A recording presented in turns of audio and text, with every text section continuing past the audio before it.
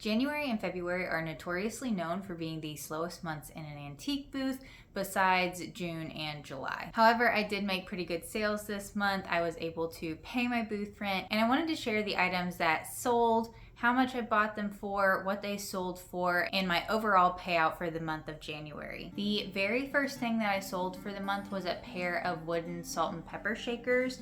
I bought those, I think, for about $2 for the pair and sold them at $18 for the pair. We have an 8% commission on everything, so you still have to subtract that, but that got me $16.56 from that sale. The next two items sold on the 8th, and those were from my sustainability shop. So we had a hand soap refill and a pump that ended up selling. The next item was a floral framed print, and I've had that one in the booth for a while now, so I was happy to see it finally find a home. I believe that I bought that print for around $4 or $5, and I sold it for $17. The next item was a ceramic Green Man jar. I loved the look of it. It was very intricate, and I also have had this since last year, so sometimes things will just sit a while before they sell.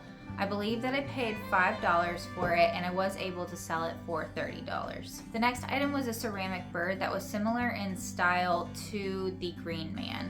I actually had a set of 3 of these when I started out, and they've just sold individually. I had them priced as a lower amount if you bought all 3 of them, and then individual prices if you just wanted one out of the group.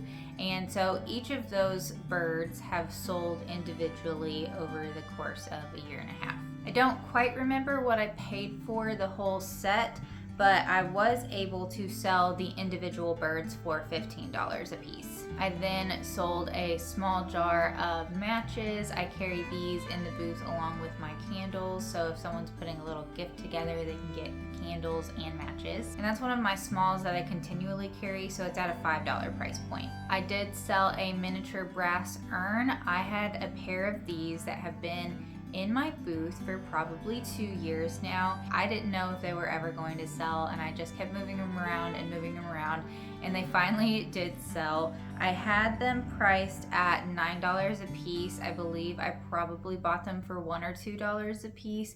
So I did have one sale out of that, and the other one is still sitting in the booth. The next sale was one that actually flipped pretty quickly. I found this large apple juice jug at a thrift store for $6. I was really iffy on picking this up because it was something that I only doubled my price on when I put it in the booth, but it sold really quickly at a $12 price point, so I made $6 off of that sale. I had a small little wicker chair that looks similar to these here, and I sold that item for $3. I don't even remember where I got it from, let alone how much I paid for it. So we're just gonna assume that if I priced it at $3, I probably only paid like 50 cents for it. One of the bigger items that sold in the booth was a brass mid-century modern lamp, similar to the one that I have here, just a little bit more on the modern side. And I was able to buy that for $5, and then I sold it for $40. I did sell one brass candlestick. Those usually range from $1 to $5 when I'm sourcing them.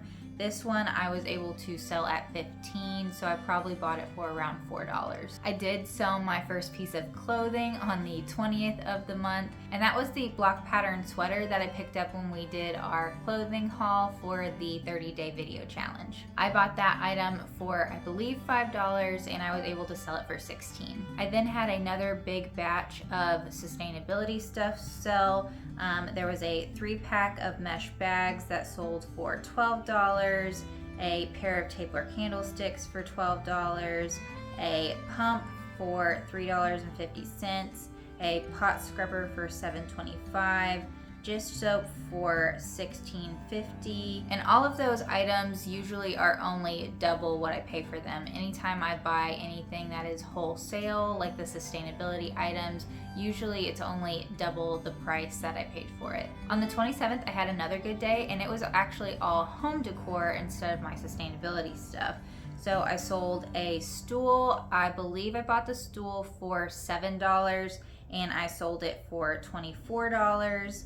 I also sold a small figure I probably bought it for 75 cents and sold it for $4. There was a small basket that I sold for $4 that I probably had $1 in. The ginger jar that we picked up when we went thrifting, I sold for $12. An older book called English for Use 2 that was green, and I sold that one for $8. The mountain painting that we picked up in our auction haul, I was able to sell that for $30. I sold a frame with a small art print in it for $10. A brown splatter plate, it's more like a serving size plate, for $10, and that was all within one day. So a pretty good chunk of what sold this month actually sold between January 26th and January 31st.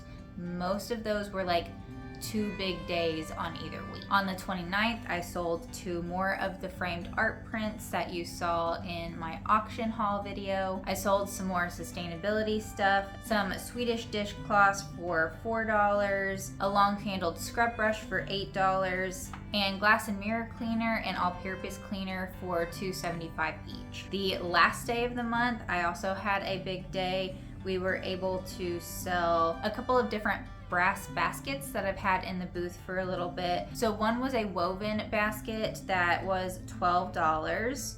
I believe I paid $1 or $2 for that. The next item was a latching basket. I sold that for $14, and I believe that I paid $3 for that item. Then I sold a set of cottage style coffee mugs for $16. I believe I had about $1 in each mug for that. And then I sold another brass basket for $10. For the whole month, I had a total of 38 items sell with an average sale of about $11. My total gross sales were $418.57.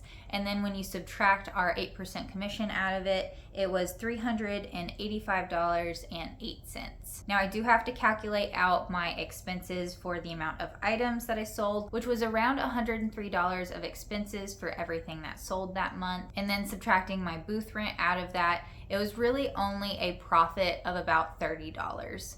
So even though I'm going to get about $190 check this month, it's still only a profit of $30 from that amount. When you calculate that out to a net profit margin, it's actually a net profit margin of about 7%, which is a reasonable amount to make as a small business. Most small businesses will run between a 7% and 10% net profit margin, and we were able to fall right into that this month. With the money that I've got back, I will reinvest into new inventory and also put some back for my student loans. And now we'll get ready for the next 2 weeks working on loading in our spring reset. Anytime I do a big reset, I usually have a good increase in sales. So I'm excited to see how our next month will go.